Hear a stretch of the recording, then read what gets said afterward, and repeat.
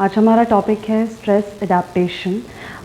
Stress तनाव को कहा जाता है। तनाव कोई भी ऐसी चीज़, चाहे वो शारीरिक हो या मानसिक हो या रासायनिक हो, कोई भी ऐसा एक कारक जो फिज़िकल और मेंटल, मतलब शारीरिक और मानसिक तौर पे एक व्यक्ति को अनकंफर्टेबल फील कराएं या फिर उसे स्वस्थ इन द सेंस कि हेल्थ या हेल्थ डिसऑर्डर के रिलेटेड नहीं, लेकिन एक जो संतुलन होता है, एक जो सेटिस्फैक्शन होता है, एक जो नॉर्मल पीस स्टेट होता है, मतलब एक शांति का अनुभव जो होता है, वो ना हो पाना किसी भी कारक की वजह से, तो वो स्थिति जो होती है उसे तनाव कहते हैं या स्ट्रेस कहते हैं। ओके, सो आज हम इस टॉपिक में ये पढ़ रहे हैं कि तनाव को किस तरीके से डील किया जा सकता है या उसके साथ किस तरीके से क्या मेजर्स किए जा सकते हैं जिससे कि तनाव के वजह से जो भी बॉडी में दिक्कतें आ रही हैं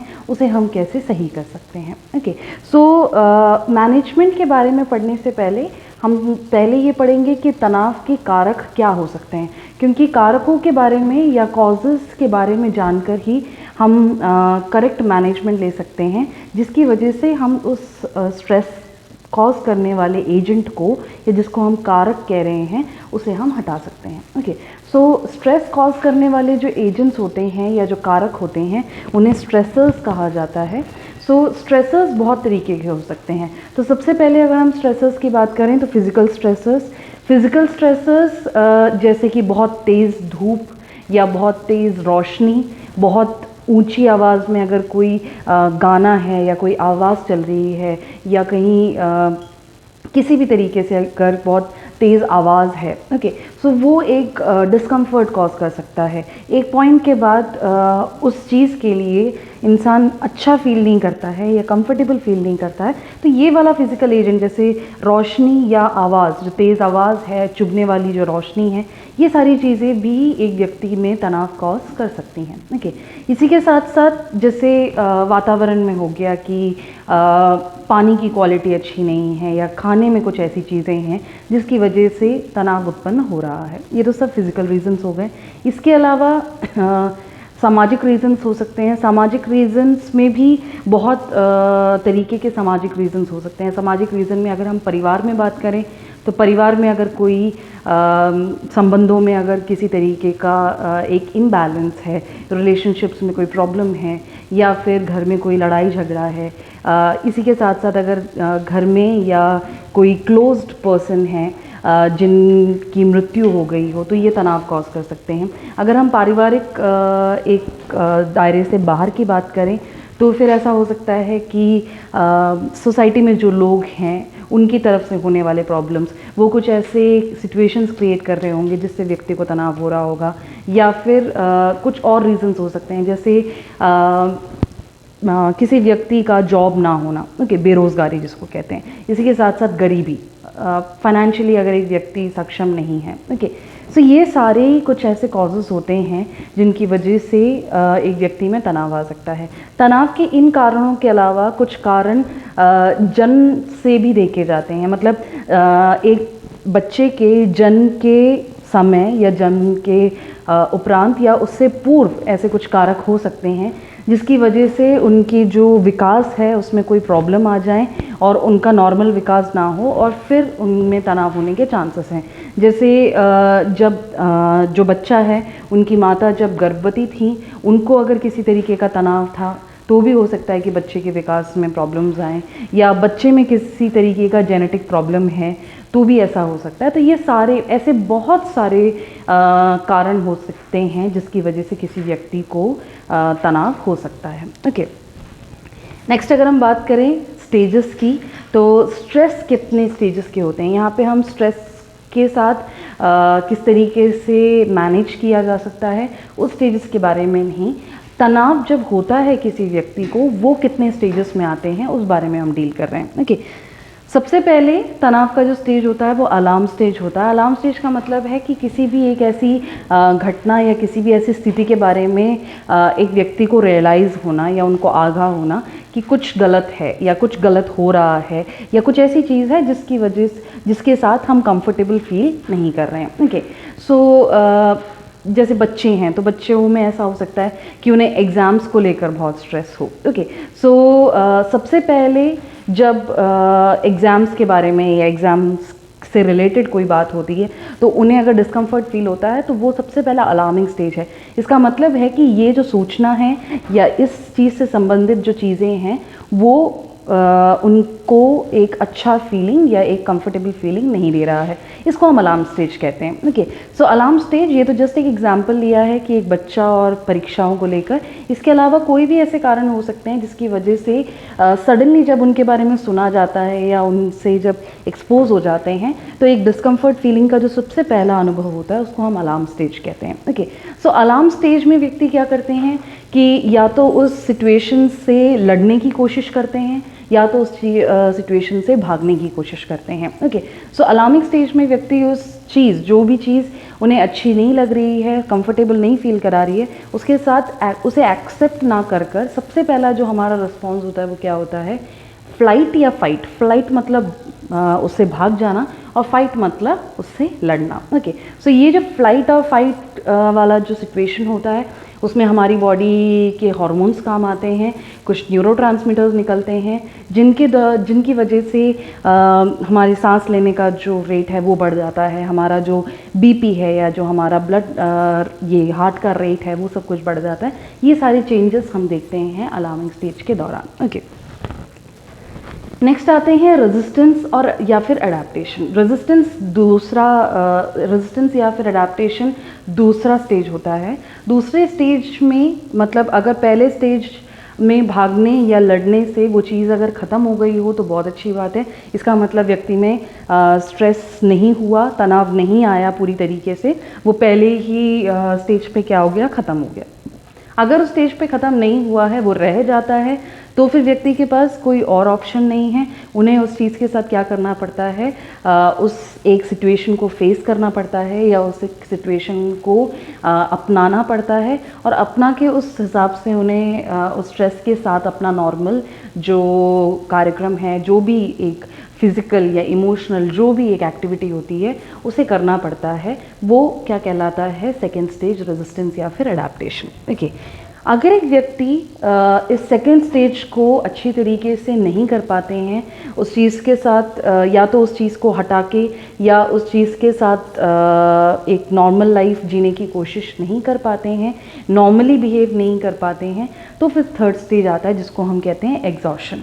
एग्जॉशन वो एक स्टेज होता है जब व्यक्ति स्ट्रेस की वजह से, मतलब तनावपूर्वक जो कारक होते हैं उनके होने की वजह से इतना ज़्यादा परेशान हो जाते हैं कि उनकी नॉर्मल जो फिज़िकल या मेंटल स्टेट होता है वो आगे नहीं चल पाता है, मतलब सामान्य गति पर या संतुलित नहीं चल पाता है। उनमें फिर बहुत सारे हम इमोशनल और फिज़िकल मतलब मानसिक तौर पर भी और शारीरिक तौर पर भी हम देखते हैं कि बहुत सारे सिम्टम्स आ जाते हैं या लक्षण आ जाते हैं, जैसे डिप्रेशन में चले जाना, बहुत चिड़चिड़ा हो जाना, खाना खाने की इच्छा नहीं होना या फिर बॉडी में हम बहुत ज़्यादा उनकी वीकनेस देखते हैं। ये सारी चीज़ें कब आती हैं, जब बिल्कुल संतुलन बिगड़ जाता है, जब स्ट्रेस के साथ व्यक्ति नॉर्मल लाइफ नहीं जी सकते हैं। ठीक है, तो उसको हम कहते हैं एग्जॉशन।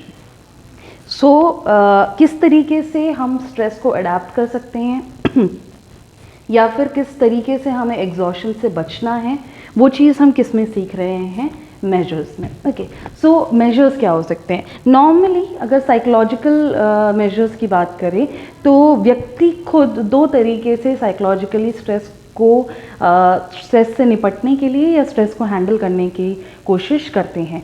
एक होता है सकारात्मक तरीके से जिसको हम कंस्ट्रक्टिव कहते हैं और दूसरा होता है नकारात्मक या जिसको हम डिस्ट्रक्टिव कहते हैं। ओके, कंस्ट्रक्टिव तरीके वो होते हैं कि वो अपने हुनर को बढ़ा लेते हैं या वो अपने मेंटल स्किल्स को इतना बढ़ा लेते हैं या वो अपने उस स्ट्रेस से अच्छी लाइफ, स्ट्रेस के साथ या स्ट्रेस को हटाकर या स्ट्रेस को सॉल्व कर वो आगे अपनी नॉर्मल लाइफ जीने के लिए बहुत सारी चीज़ें करते हैं, जैसे लोगों से बात करना या अपने से बड़े या जो एक्सपीरियंस लोग हैं उनसे सलाह लेना या फिर और भी ऐसी बहुत सारी एक्टिविटीज़ करना जिससे वो स्ट्रेस को डील कर सकें, वो कंस्ट्रक्टिव कहलाता है। डिस्ट्रक्टिव क्या है? डिस्ट्रक्टिव वो है कि स्ट्रेस से डर जाने के बाद या तनाव में आने के बाद व्यक्ति गलत कार्यों में चले जाएं, जिससे उन्हें लगता है कि उनका स्ट्रेस कम हो जाता है। जैसे धूम्रपान की आदत हो जाना, इलीगल ड्रग्स की आदत हो जाना, कुछ ऐसे दोस्ती या कुछ ऐसे ग्रुप्स में इन्वॉल्व हो जाना लोगों के साथ जो सही काम नहीं करते हो या सामाजिक तौर पर अच्छे काम नहीं करते हो, और उन्हें ऐसा लगता है कि ये सब कुछ कर कर वो तनाव से क्या कर सकते हैं, तनाव से दूर हट सकते हैं, या जो उन्हें तनाव वाले जो भी सिम्टम्स उन्हें आ रहे थे उनको ये सारी एक्टिविटीज़ करके लगता है कि तनाव वाले जो सिम्टम्स थे, जैसे बुरा लगना या अपसेट होना, उन चीज़ों से वो डील कर सकते हैं। या फिर बहुत ऐसा देखा जाता है कि जब तनाव आ जाता है तो लोग शराब की आदत शुरू कर देते हैं, मद्यपान करना। तो ये सारी जो हैं ये डिस्ट्रक्टिव है, मतलब ये बॉडी को और प्रॉब्लम देने वाले तरीके हैं जिनको हम डिस्ट्रक्टिव कहते हैं। और सलाह मशवरा लेना और उसके बारे में पता करना, किसी अपने स्किल के थ्रू उसको हैंडल करने की कोशिश करना, ये सब कुछ कंस्ट्रक्टिव में आता है। ओके, नेक्स्ट जो दूसरा स्ट्रैटेजी है वो हम 4 A's से बता रहे हैं। 4 A's मतलब अवॉइड करना, ऑल्टर करना, अडेप्ट करना और एक्सेप्ट करना। ओके, जिसमें अवॉइड करने का मतलब है कि हम इतने सक्षम हो कि जब कोई तनाव कारक हो तो हम उस चीज़ को क्या कर सकें, अवॉइड कर सकें। मतलब उस सिचुएशन को अवॉइड करने की हमें क्षमता हो तो कोई भी चीज़ हमें तनाव नहीं दे सकती है। ओके, अगर अवॉइड नहीं कर सकते हैं तो हम अपनी जो स्किल्स हैं उससे इतने सक्षम बन जाएं कि हम स्ट्रेस कॉज करने वाले जो कारक हैं या जिन्हें हम स्ट्रेसर्स कह रहे हैं उनको हम चेंज कर सकें। ओके, चेंज कर सकें ताकि वो हमें तनाव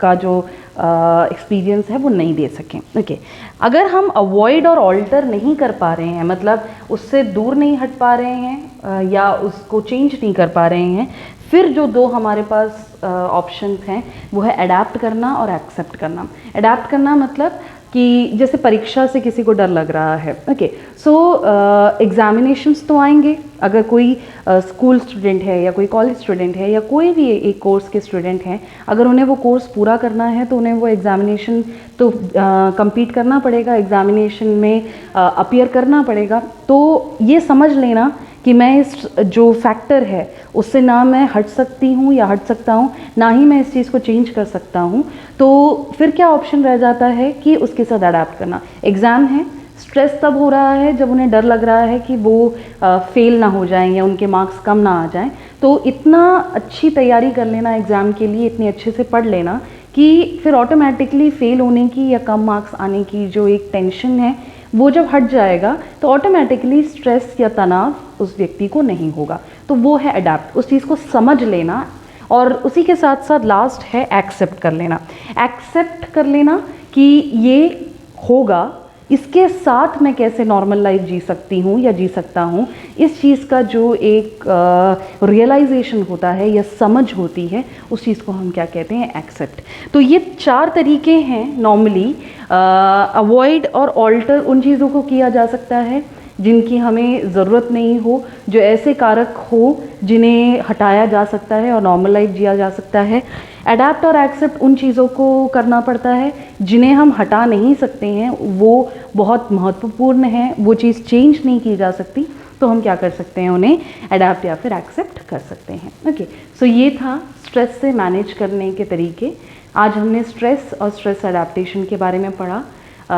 आई होप कि आपको ये टॉपिक समझ में आया होगा। इससे रिलेटेड अगर आपको कोई भी डाउट है तो आप पूछ सकते हैं। Thank you.